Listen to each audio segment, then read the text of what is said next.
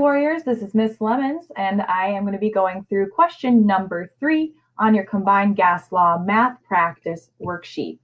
So let's read through number 3. It says a gas has the initial conditions of 12.5 liters at 501 Kelvin and 203 kilopascals. The pressure increases to 309 kilopascals and the volume decreases to 8.33 liters. What is the final temperature, assuming constant moles? So I know that I'm going to be using the combined gas law equation because I'm given all of these different variables, all these different units. We want to be able to use as many numbers as possible.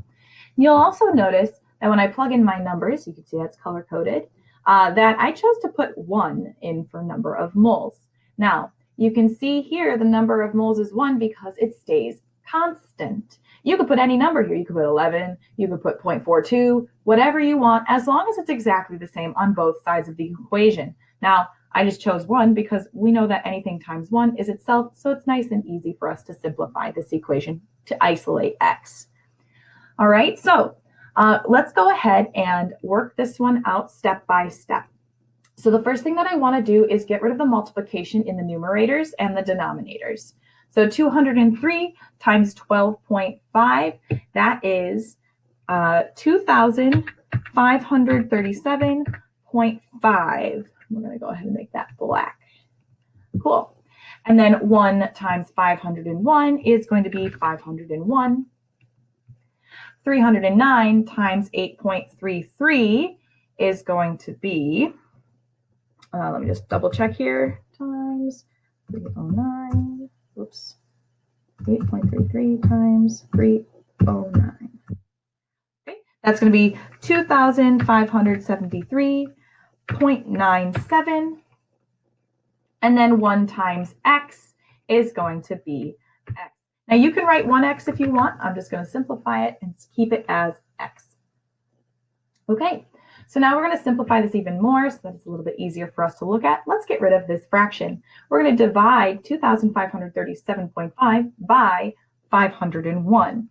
The value that you should end up with is going to be on the other side here. The value you should end up with is 5.06487, and there's a bunch of numbers that follow that, but remember, sig figs don't really matter until the very end, so I'm going to keep the raw number for now. And the other side we haven't done anything to, so we can just go ahead and repeat that.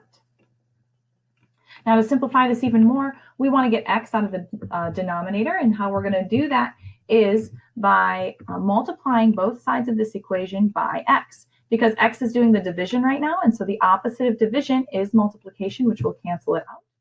We're going to multiply the other side of the equation by x.